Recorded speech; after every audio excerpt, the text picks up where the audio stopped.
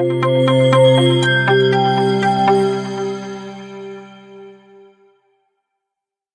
is Dr. Someshwar from Shield Healthcare. I hope everyone doing good. And I welcome you all on to the Menopause series by Dr. Payal Bhargav, a co-founder of Divine Magic Foundation. Before starting the talk, let me take privilege to introduce Dr. Payal Bhargav ma'am, who is a postgraduate diploma in ART from in reproductive medicine from Kiel, Germany. And she did her fellowship in infertility from IMA Hyderabad, and she is a life member of IMA Menopause Society India and PCOS Society India. She is a member of Managing Committee of PCOS Society India and co-founder and director on board XPS Analytics Private Limited, and consultant at Sri Krishna Diagnostic Center and also consultant at Pranada Hospital, Hyderabad. And she is a co-founder for Divine Magic Foundation, a public health and awareness initiative working at grassroots level and digitally through its YouTube channel.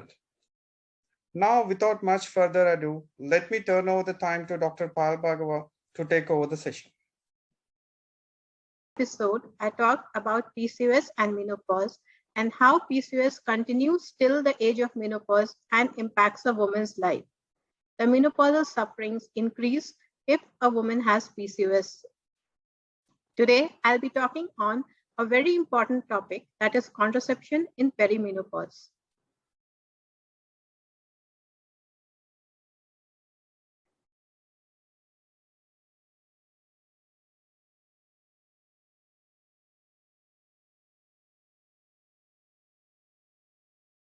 So before getting into the depth of the topic, let's see what perimenopause is. Perimenopause is the time when the reproductive hormones first start to change.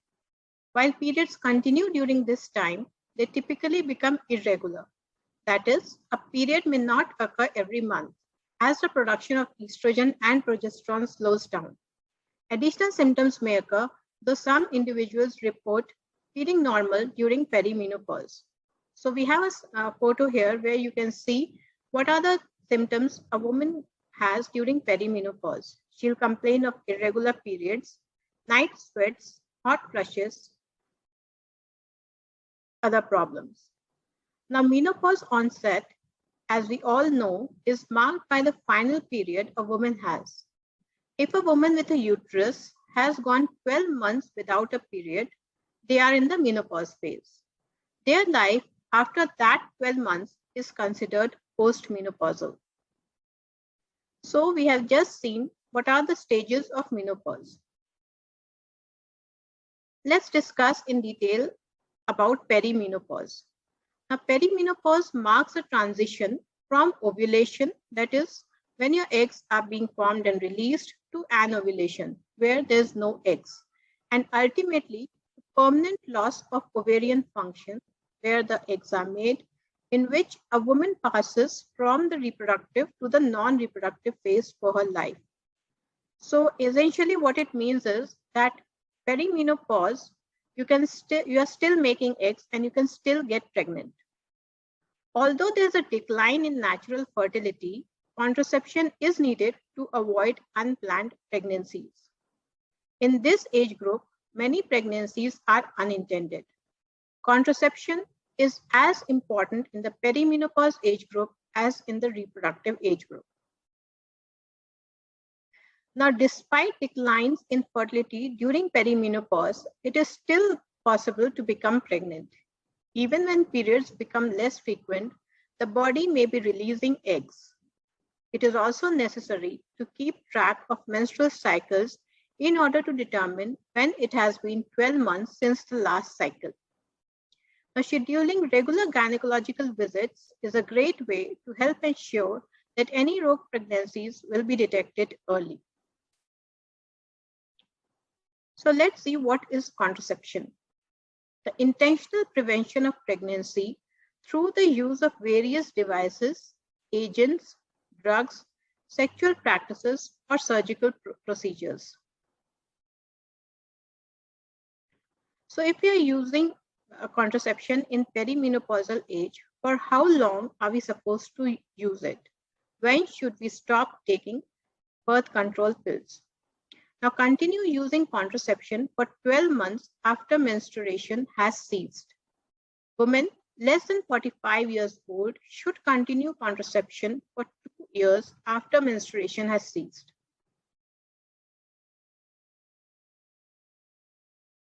Now, criteria for an ideal contraceptive is it should be highly effective, it should have no side effects, independent of intercourse, it should be rapidly reversible, it should be low in cost, widespread availability should be there, acceptable to all cultures and religions, administration and healthcare personnel should not be required, and it should be easily distributed. Now we have a table here for contraceptive in women aged 35 years and older according to Indian Menopause Society. Now the various contraceptions that are available for women who are older than 35 years are tubal ligation, vasectomy for men, condoms, intrauterine devices, and oral contraceptives. Now the tubal ligation can prevent unintended pregnancy. It minimizes hormonal fluctuations. No, it doesn't. It provides additional health benefits. Yes, ovarian cancer and uterine infections are prevented by tubal ligation.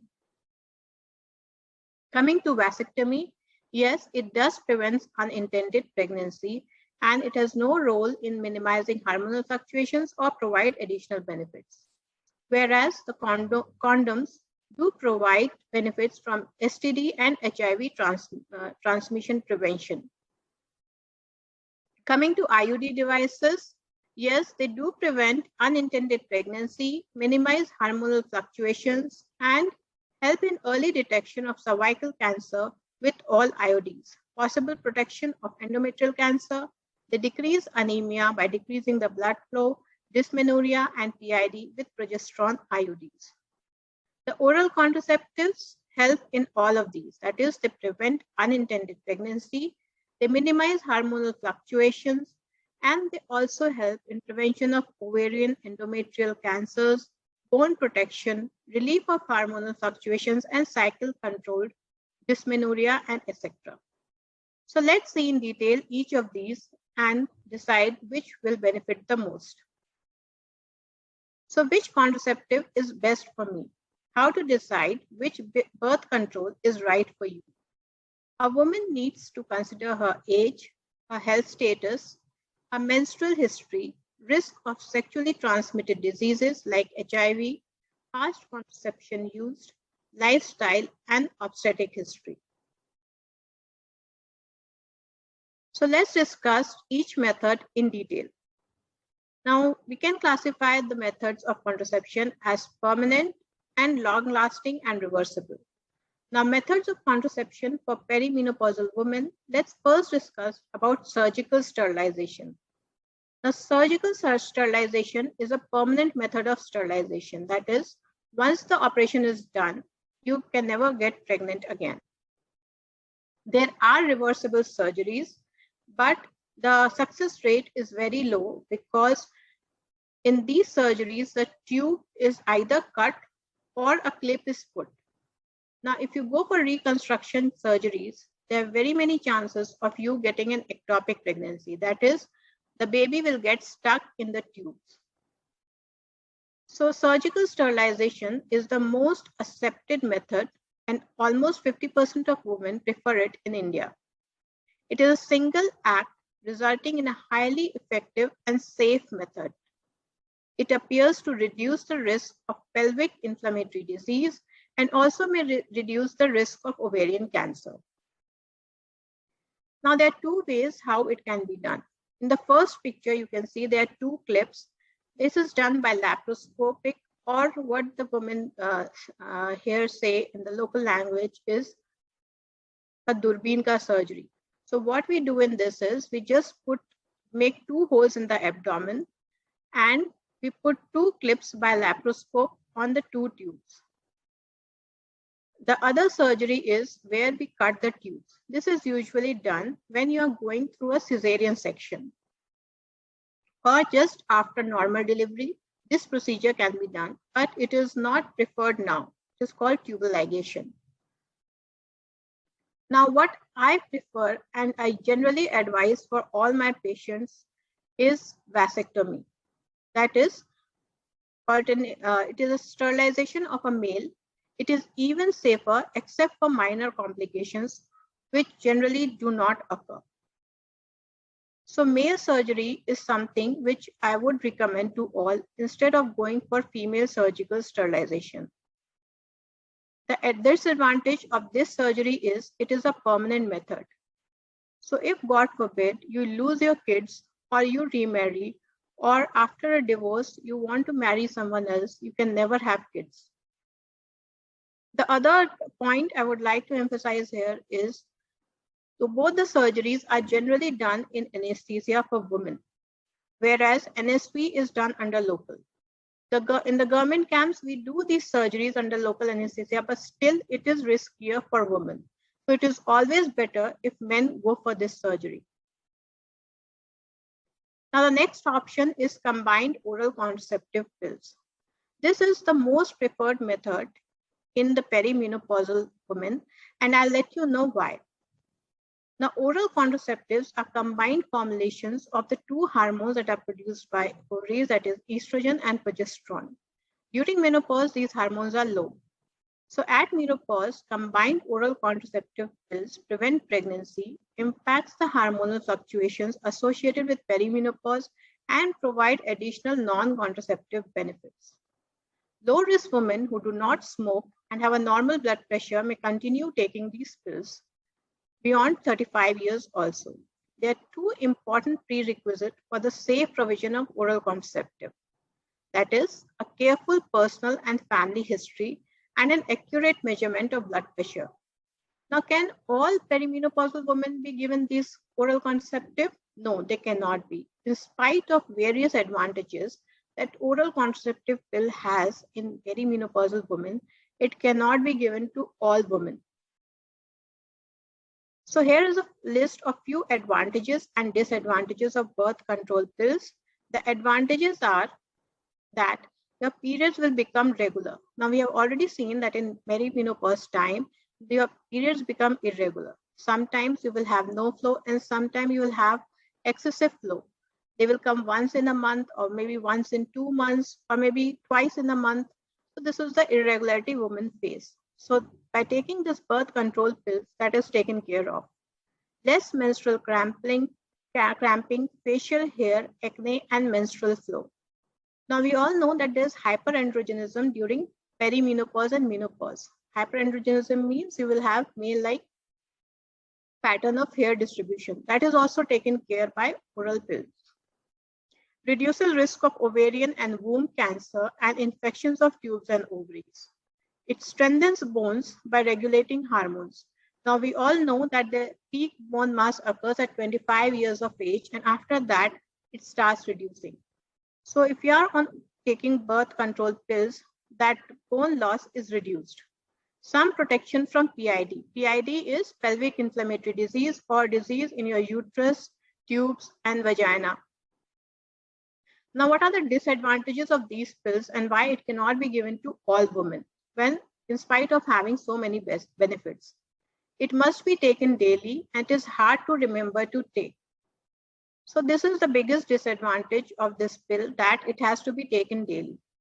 Now, I usually advise my patients, if you are taking birth control pills, keep it in your breakfast plate. Whenever you're having a breakfast, just keep it so that you will remember to take it. Side effects include irregular bleeding, weight gain or loss, changes in mood, nausea, breast tenderness, and headaches. Now, I would like to emphasize here that in spite of this list of disadvantages that it has, it generally doesn't occur in all the patients. Yes, few patients will get it. Increased health risk when used with smoking. There's slight increase in the risk of blood clots. It does not protect against sexual transmitted diseases like HIV. Now, as I said that all women cannot be given OC pills in spite of its advantages, there are some absolute contraindications. That means these women should never ever take oral contraceptive pills. So the women who have migraine, who are already pregnant and are breastfeeding for 6 months, severe hypertension, complicated valvular heart disease, diabetes mellitus with vascular complications, who have active liver disease, who have undergone any major surgery and a prolonged immobilization or are on bed for a very long time. So these are the women who should never take oral contraceptive pills. So here I'm going to present once again what are the advantages of taking OC pills in perimenopause. So it reduces menstrual blood loss, that is, it prevents anemia. It improves dysmenorrhea, that is the pain that you have during periods, that is reduced drastically by taking these pills. Acne and hirsutism both are reduced. It improves premenstrual syndrome. It treats perimenopausal hot flushes, insomnia, etc. It improves cyclical variability and perimenopausal symptoms, which are often intensified. It suppresses endometriosis and functional ovarian cyst. It protects against iron deficiency anemia. It protects against salpingitis and ectopic pregnancy. It protects against benign breast disease, ovarian cancer, endometrial cancer. It helps in maintaining bone mineral density, that is, it will prevent fractures from happening. It may protect postmenopausal women from hip fractures also. So here is a huge list of advantages of taking an OC pill. Now, as we go further in the series, there's one topic I'll be talking about, that is menopausal hormonal treatment. That is the only treatment available for menopausal women. So if a patient is taking OC pills, that is also a hormonal pill, it is very easy to switch the patient to hormonal treatment later in life, which has very many advantages. So now coming to the next, that is intrauterine contraceptive device or copper-T, which we all know. Now there are many older women who are ideal candidates for this, like people who cannot be put on OC pills can always be advised to take intrauterine contraceptive device. Now, apart from the copper intrauterine contraceptive device, which we all know, there's levonorgestrel releasing intrauterine system, that is we call LNG-IUS, that has raised the profile and increased acceptability. Now, the biggest disadvantage of getting a copper-T inserted was it would lead to cramping and excessive blood loss and bleeding. So patients would take this and then they come back after a month or so and saying that we are having too heavy periods, we cannot take it anymore, so please just remove this. But now with LNG-IUS coming in, and it is in the lower picture that you can see with this two red prongs, this has progesterone in it. Now this progesterone hormone, what it does is it reduces the cramping and bleeding. So the only disadvantage this IUCD device had, the copper-T, is now taken care of with this LNG-IUS. So this is now widely accepted and it has very many advantages in reducing cramping and reducing the blood loss during periods. So copper-bearing intrauterine device increase menstrual blood loss and dysmenorrhea. And for some older women with some pre-existing premenopausal problems, this may be unacceptable. A copper IUD inserted after the age of 40 years can remain in situ until a year following a woman's last menstrual period without being changed. So as you can see, when you put a copper-T in a woman who is 40 years old, so it can be continued till she reaches menopause and a year after that. It doesn't need to be changed. Now, the LNG-IUS is an ideal method for women with pre-existing gynecological problems.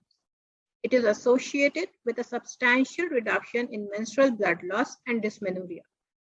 It offers a real alternative to hysterectomy for women with menorrhagia.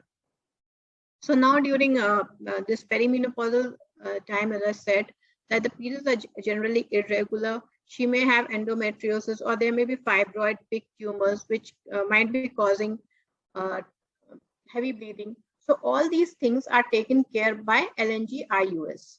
Now, The surgery can still be recommended, but till the time the patient is waiting for surgery, we can use this. It can be used as the vehicle to administer the progesterone phase of hormone therapy, thus giving a no period formulation. So as we see, LNG IUS is a very good alternative for intrauterine contraceptive device compared to copper T. Now the other method is barrier method. Consistency and correct use is highly effective in preventing pregnancy and infections. Condoms should be recommended in any new relationship, irrespective of age, for personal protection against sexually transmitted infections. So this is the biggest advantage of using the barrier method of contraception, that it protects you from various sexually transmitted diseases like HIV, HBs antigen, BTA, syphilis, etc. So now coming to emergency postcoital contraception. It includes oral contraceptive pills, progesterone-only pills, and copper 380. Now, although emergency postcoital contraception is cost-effective, it is not as effective as consistent use of other contraceptives. It is usually used within 72 hours of unprotected intercourse. So to conclude, contraception at menopause transition is different from that offered at a younger age group. The age, requirement, BMI, presence of comorbidities, and symptoms of menopause need to be taken into consideration for prescribing contraception. Now, what I mean by this is that during the perimenopause and menopause, the woman has various diseases. Like already discussed, they might have metabolic syndrome, high BP, or diabetes and other problems. So for all those women, we need to choose which is the best method of contraception we can give them. So for that, a detailed history and examination of the patient is very, very important. Now, the health benefits of contraceptive use is greatest for women in the 35 to 44 years of age group, because the risk of mortality associated with pregnancy is greatest among these age groups. So it is very important that the woman uses some contraceptive in this age. Pregnancies in elderly women are associated with higher maternal and perinatal mortality and fetal malformations. Now, if an elderly woman gets pregnant, there are very high chances that the baby she will have will be abnormal. There are various syndromes, and abnormal babies are born to these women. And it is a very high risk for both mother and the child to survive. Now, this could also lead to psychological and potentially calamitous domestic and social consequences. So it is very important that we use contraception during the perimenopause time. Now, what follow-up is required for women over 40 years using contraception? Women aged over 40 years should be advised to return for follow-up if they develop any problems with contraception or develop any new medical history that may influence contraceptive choice, or when they reach the age of 50 years. So follow-up of these patients are very important. Now, what most of the patients do is once you prescribe them any contraceptive, they don't want to come to the hospital again, especially during the COVID times. Now, when we use oral contraceptive pills, we have seen it does harms the liver and other things. So we need to have a follow-up of these patients. Usually for my patients, I call them once after starting in the 1 month, then every 3 months for the patients who are using oral contraceptive pills to measure their blood pressure, to have their blood test done, etc. Now, for the patients who are on copper T or on LNG IUS, we usually call them after first month of insertion because it has high chances that it might come out. And the patient is advised to keep checking the thread frequently, especially during the time of first periods, the first period she gets after the insertion and when she is using the toilet. So at that time, she should be aware that it doesn't fall out. Then we call her again after 3 months, 6 months, and then for an yearly follow-up. So this has to be counseled to them many times, because once the copper T is inserted or they are put on oral pills, they will keep on taking the tablets without coming back. to you for checkup. So thank you so much for your patient hearing. I hope you will benefit from this.